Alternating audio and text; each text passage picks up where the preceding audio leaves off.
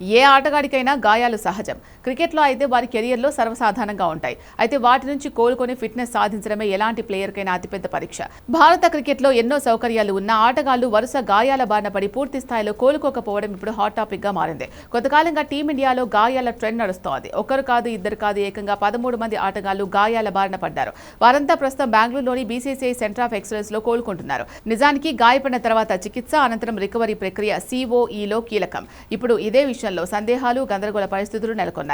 గాయం నుంచి కోలుకొని ఫిట్నెస్ సాధించారంటూ కొందరు ప్లేయర్స్ ను జట్టులోకి ఎంపిక చేస్తూ ఉండగా వాళ్ళు సిరీస్ మధ్యలోనే మళ్లీ గాయాల బారిన పడుతున్నారు. పాత గాయాలు తిరగబెడుతూ ఉండడంతో అసలు పూర్తిగా కోలుకోకుండానే ఫిట్నెస్ స్థాయి చూడకుండానే జట్టులోకి ఎంపిక చేస్తున్నారా అంటూ అనుమానాలు తలెత్తుతున్నాయి. ఈ విషయంలో సెలెక్టర్లను తప్పు పట్టలేం. కానీ COEలోని మెడికల్ టీం నిర్ణయమే సెలక్షన్ కమిటీ పరిగణలోకి తీసుకుంటుంది.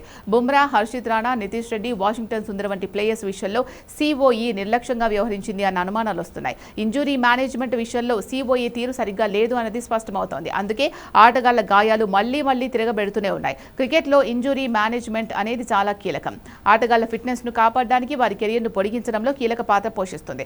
సరైన నిర్వహణ లేకపోతే ఆటగాళ్లు ఎక్కువ కాలం ఆటకు దూరమయ్యే ప్రమాదం ఉంది. గాయాల తీవ్రతను ముందే గుర్తించి తగిన విశ్రాంతి ఇవ్వడం ఇందులో ప్రధానంగా చెప్పొచ్చు. అలాగే సర్జరీ తర్వాత కోలుకునేందుకు తగినంత సమయం ఫిట్నెస్ ను తిరిగి సాధించే విషయంలోనూ COE కీలకంగా వ్యవహరిస్తుంది. కానీ గాయాల బారిన పడ్డ ఆటగాళ్ల జాబితాను చూస్తే వారు తమ పాత్ర సరిగ్గా పోషించడం లేదు అన్న అభిప్రాయం వ్యక్తమవుతోంది.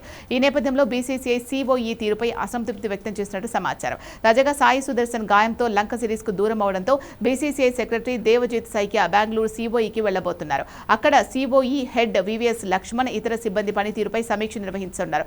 ఇకపై అప్రమత్తంగా లేకుంటే మాత్రం మరింత మంది కీలక ఆటగాళ్లు భారత జట్టుకు దూరమయ్యే ప్రమాదం ఉందని పలువురు హెచ్చరిస్తున్నారు.